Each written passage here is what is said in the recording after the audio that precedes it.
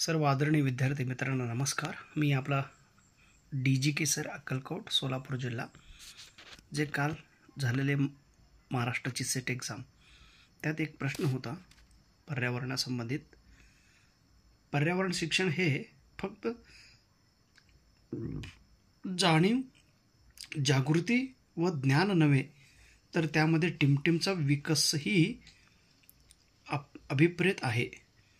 सखोल ज्ञान, सैद्धांतिक ज्ञान, योग्य अभिवृद्धी आणि योग्य संकल्पना हा खूप डीपमध्ये विचारलेले प्रश्न आहेत. इंग्लिशमध्ये आपण काय म्हणतो, environmental education is not just awareness and knowledge but it is a development of deeper knowledge, theoretical knowledge, proper attitude आणि प्रॉपर कन्सेप्ट. आता ह्याचं उत्तर सी आहे, प्रॉपर ॲटिट्यूड म्हणजे योग्य अभिवृद्धी किंवा योग्य दृष्टिकोन. ॲटिट्यूड म्हणजे दृष्टिकोन, त्या विषयाकडे तुम्ही कसं पाहताय.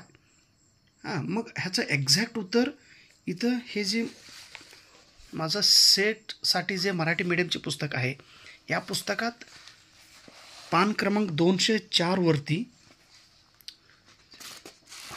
पेज क्रमांक 204 वरती पर्यावरण शिक्षण म्हणून आहेत बघा.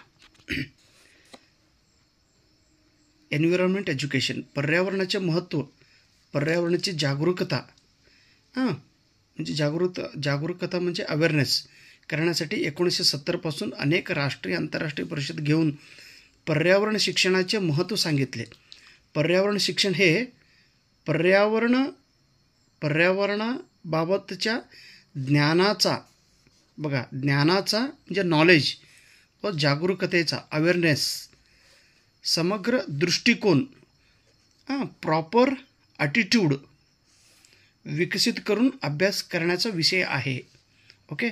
आता पर्यावरणाचा जो इथं ज्ञान, पर्यावरणविषयक सर्व घटकांची माहिती करून देणे, जागरूकता अवेअरनेस, पर्यावरणविषयक माहिती सामाजिक गट व्यक्तींना सांगून जागरूकता निर्माण करणे, दृष्टिकोन, पर्यावरण रक्षण करण्यासाठी सकारात्मक दृष्टिकोन वाढवणे. हे 3 नॉलेज, अवेअरनेस आणि ॲटिट्यूड. ओके. हा शब्द इथं आहे बघा, ॲटिट्यूड. कुठं? Proper attitude. ओके. हे अतिशय महत्त्वाचा प्रश्न ह्या माझ्या पुस्तकात आहे. तर काल झालेल्या महाराष्ट्राची सेट एक्झाममध्ये 21 प्रश्न ह्या पुस्तकामधून आलेले आहे.